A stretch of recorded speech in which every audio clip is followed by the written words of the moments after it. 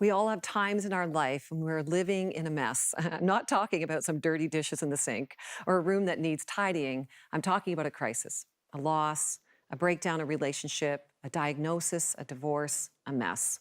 So, how do you respond?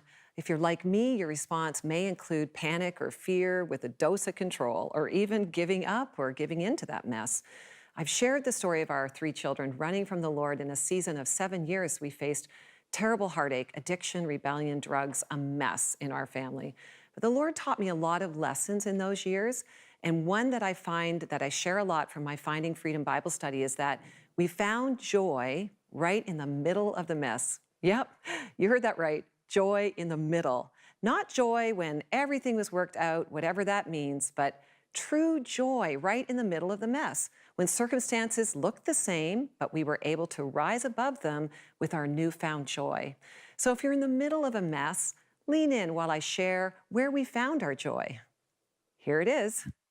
We actually started to believe that our prayers were powerful.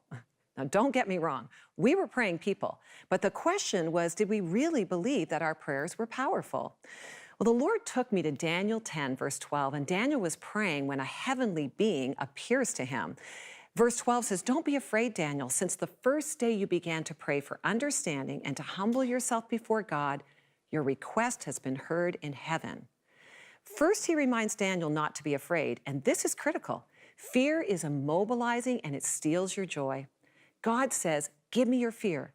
These next words went deep into my soul as I was struggling with how to give my fear to God. And he said, "Since the first day you began to pray, your request has been heard in heaven." Not, "Hey, Daniel, we've been kind of busy up here. You need to take a number and wait in line. We'll get to you as soon as possible." No, from the first day you prayed, God heard your request. The first time I whispered or wept my prayers for my kids, God heard. Not only has he heard, but notice what this heavenly being went on to say in verse 13. "I've come in answer to your prayer, Daniel, but for 21 days, the spirit prince of the kingdom of Persia blocked my way. Then Michael, one of the archangels, came to help me, and I left them there with the spirit prince of the kingdom of Persia. And well, Daniel, now I'm here." I mean, catch this. Daniel had no idea what was happening in the heavenly realms, but now he's told that the Lord has sent out his army. But for 21 days, there's this huge spiritual conflict happening between high-ranking demonic and angelic forces. And then he says, "So I'm here now, Daniel." Wow. This caused me to pause.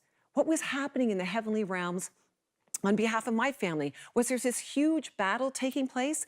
This gave us perspective and courage to keep on praying. We started to really believe that our prayers were releasing power from heaven to fight on our behalf. So in the middle of the mess, we prayed. We prayed believing that we were heard and we were participating with God in a battle for our family. In God's timing, there would be a breakthrough. So are you in your 21 days? Maybe 21 months or 21 years, believe that your prayers are powerful. Your prayers are heard the first time you speak them. God has sent out his army on your behalf. As you participate with God and you pray, you will find joy. Joy right in the middle of that mess as you participate with God in the battle. And you too, well, you'll experience courageous living.